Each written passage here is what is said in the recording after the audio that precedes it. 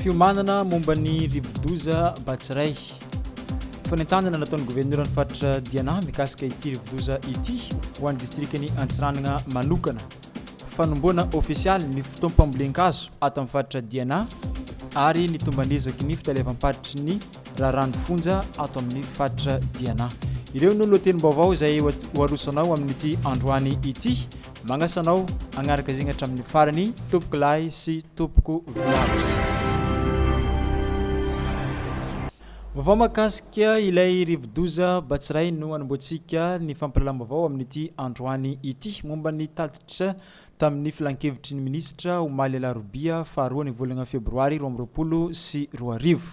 Fampahafantarana ankapobeny mikasika ny fiatrena ny rivo-doza na ny cyclone tropical intense batsiray dia tsara ny mampafantatra fa Tomban'ezaky ho rivo-doza tena maheriveka satria itovy hery tamin'ny rivo-doza Geralda tamin'ny taona 470 sy ny rivo-doza antsoina hoe Litana tamin'ny taona 470 ihany ary ny rivo-doza antsoina hoe Indlala tamin'ny taona 720 ity rivo-doza antsoina hoe batsiray ity. Itondra rivotra ifofofo izy manomboka ny zoma ho avy izao amin'ny folora maraina. Aritra eo anelanelan'ny vatomandry sy mananjary ny sabotsy 5 volana febroary atoandro na amin'ny tolakandro. Tomban'ezaky ho 570 amin'ny 100 km isan'ora ny rivotra miaraka aminy. Antenana fahidina ambanin'ny 100 km isan'ora nefa ny heriny rehefa tonga an-tanety. Araka izany dia tokony miroso amin'ny Fiomanana sy ny fampiomanana isika rehetra.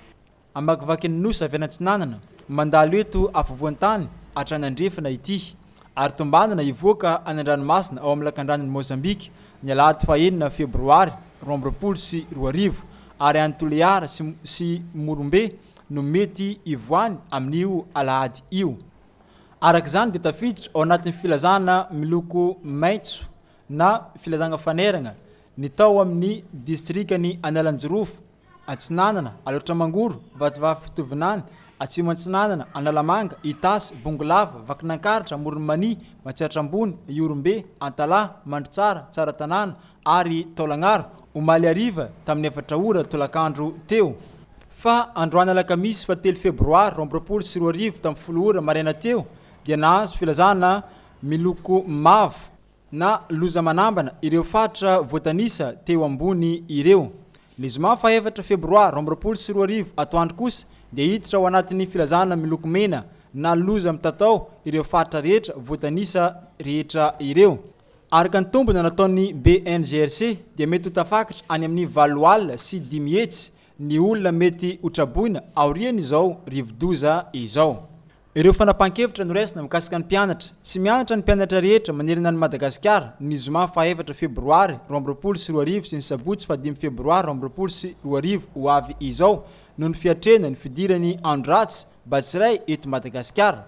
Voakasika izany fepetra izany avokoa ny mpianatra rehetra amin'ny fampianarana ankapobeny, ireo mpianatra eny amin'ny anjerimanontolo, ireo eny amin'ny fampianarana teknika sy arakasa, ireo mpianatra eny amin'ny toeram-piofanana mpiasa mpanjakana. Miankina amin'ny falebiazan'ny fahavoazana na ny ampleur de dégâts eo amin'ny faritra tsirairay no iverenana any an-tsekoly na tsia, ireo tompon'andraikitry ny isam-paritra no anapaka izany fiverenana any an-tsekoly izany. Araka izany dia zava-dehibe ny fanomanana amin'ny fandraisana ireo fepetra isa-tokantrano toy ny labozia sy ny rano, ny tokony anamafisana ny tafo, ny fanasiana gony pasika eny ambonin'ireo tafotrano hita mety ampiahiahy, ny fanapana azo avo manankaiky loatra, ny trano izay mety anjera, ny fialan'ireo olona rehetra monina sy mipetraka eny amin'ny toerana iva izay tokony amonjy avy hatrany ny toeran-tsekoly fandraisana traboina efa voatokana ho amin'izany. Manoloana izany fahatongavany rivo-doza izay vinavinaina hiditra eto Madagasikara ny sabotsy 5 volana febroary ho avy zao kosa dia mampiomana ny vahoaka rehetra ato amin'ny faritra ato amin'ny distrikany Antsiranana ny governoran'ny faritra Daoud Arona Marisika mba hitandrina amin'ny fisian'ny rivo-doza maheriveka izay vinavinaina hiditra eto Madagasikara ny sabotsy ho avy izao. Na dia tsy ao anatin'ny faritra voakasika izany aza ny faritra dia ilaina ny Fiomanana hoy ny nambaran'ny governoran'ny faritra noho izany dia miantso ny olona rehetra monina iny amin'ny toerana iva ny tegnany mba hiala amin'izy ireny.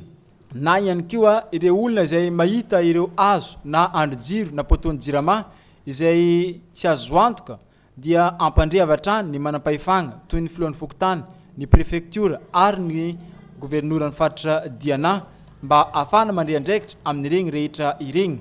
Nambarana ihany koa fa misokatra ny site d'hébergement ery amin'ny gymnase couvert manomboka izao. Ka ho an'ireo olona izay manana ayay amin'ny toerana izay misy azy ireo dia aoka mba ampandriavatra any ny tompon'andraikitra manoloana izany rehetra izany. Namafisiny governoran'ny faritra Diana Daoud Arona Marisika ihany koa ny tsy fianaran'ny mpianatra ato amin'ny faritra Diana mba hisoroana ny loza izay mety hitranga.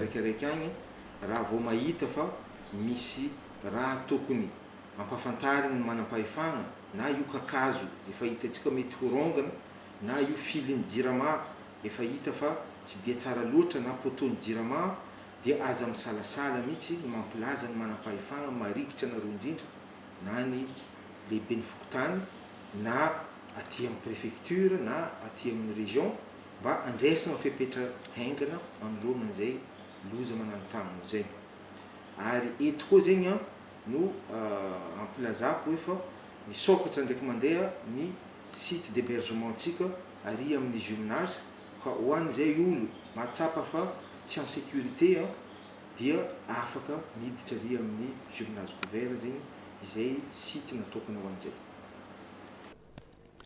Ankoatra izany rehetra izany dia nosokafan'ny governoran'ny faritra Diana Daoud Arona Marisika androany alakamisy fa 3 febroary 2024 ny campagne de reboisement ato amin'ny faritra Diana. Anjaran'ny tsiraray avy ho izy manao tatandrify azy fa ny tanjogno dia i Madagasikara ho rakotra ala ho iatrany ny fagnazavana.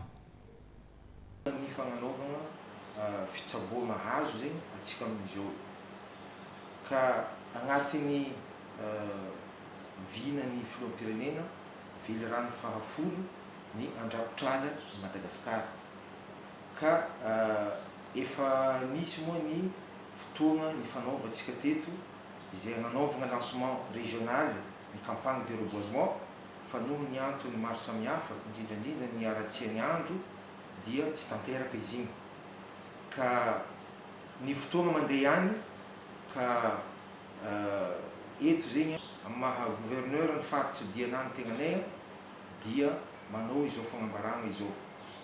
Manomboka ny any zegny dia misokatra amin'ny fomba ofisialy ny fagnanaovana reboisement ato amin'ny faritra fa anjarany ampilafy na anjarany entité tsiraikiraiky no magnano izay tandrify azy agny fa ny fisokafana amin'ny fomba ofisialy dia manomboka ny any ka magnentana antsika jiaby mba handray anjara mavitriky amin'izy ity satria didy masina izy io manana andraikitra tsika tsiraikiraiky ha atongavany ity nosy malalatsika ty ho rakotr'ala indray mandeha. Ivadika amin'ny lafim-baovao hafa indray isika nodantsika ny fahampahalalam-baovao amin'ny ity androany ity dia ny Tomban'ezaka teo anivony fitaleavam-paritry ny raharahany fonja ny taogno 2024 lasa igny. Agnisan'ny vina napetraka eo amin'ny fonjabeny Antsiranana dia ny famatsiagna ara-tsakafo ireo voafonja ao amin'ny fonjabeny Antsiranana. Noho zegny dia nisy ny fiaramiasa tamin'ny alalan'ny société Madarejy izay vita fifanaragna ara-tsonia tamin'ny 12 martsa 2024 izay société vogno ny ara-iasa amin'ny fonjabeny Antsiranana amin'ny alalan'ny fambolen-kazo ao amin'ny campénal Andaloasy. Ankehitriny anefa dia efa 20 isanjato amin'ny tany io no efa voadio ary rehetraretina ambolena amin'ny titogno 2024 ity. Ho an'ny fonjabeny Ambanja kosa dia fiaramiasa tamin'ny fiangonana katolika izay nanolotra machine à coudre miisa 3 hoentigny mampianatra zaitra ireo voafonja. Ny tanjona dia tonga ireo olona voafonja ireo manana asa afahany mivelogno rehefa mivoaka ny fonja. Hoy ny fagnazavagna izay nataon'ny inspecteur d'administration pénitentiaire Raloa Pierre Auguste. Mikasika ny direction régionale pénitentiaire amin'ny région Diana dia maromaro ny ezaka izay vita nataony nandritra ny taona 2021 ary izany zany mbola atao tsaratsara an'izay koa amin'ity 2022 ty angatana amin'ny Zagnahary satria raha tsy hijery zany dia mikasika ny maison centrale ny Diego dia misy ny fiarah-miasa zay vita sonia hoentina agnatotosana le tetikasa favitana ara-tsakafo ny fonjabeny Diego zay iarahana amin'ny société Madarenja magnampy anay amin'ny resaka fambolena any amin'ny campénal Andaloasy Antsalara dia hoezahana moa azahoana vokatra tsara io fiarah-miasa io. Magnaraka an'izay raha ny maison centrale ny Ambanja dia misy niezaka maromaro amin'ny resaka fambolena zay nataotao avy eo nisy koa fiarah-miasa tamin'izareo amin'ny père curé amin'ny katolika ao Ambanja zay nanome machine fanjairana telo hoentina ampianarina resaka zaitra amin'ny fonjany Ambanja dia efa miroso moa amin'izao ny tetikasa hoezahana zany mba azahoana vokatra zany amin'izay raha vao mivoaka ny fonja ireo voafonja ireo na vitany saziny mba fa misy zavatra azo zareo amilamategna amin'ny afara. Dia mikasika ny Nosy Be misy koa zany ny fiarah-miasa amin'ny ireo partenaire dia misy navitana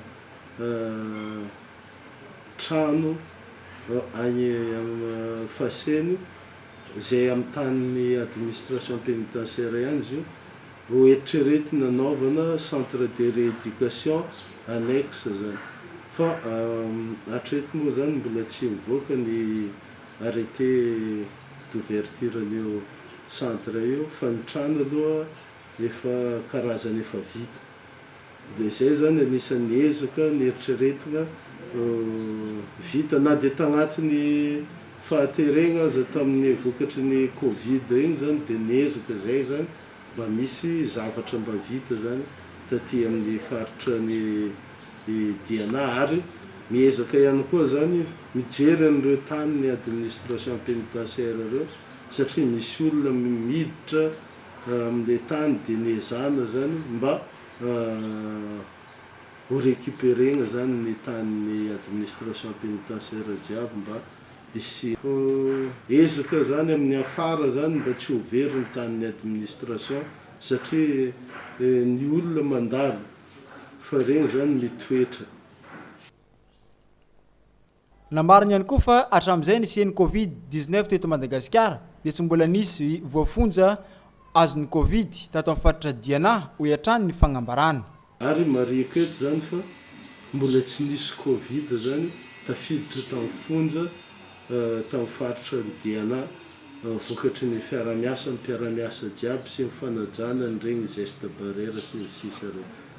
Dia mikasika ny indro kely tao amin'ny fonjany Diego moa zay natosehany ny vahoaka teto a Diego nisy évasion vitsivitsy dia nisy moa fanoloana ny lehibe ny fonja iny rahantsika jiaby nafantatra fa ny vaovao tsara zany dia ireny olona nandositra reny zany dia efa anisan'ny tratra ray angamba sisa zao no karona fa tsy maintsy ho hitatsika ihany koa ny vokatra zay ato ato.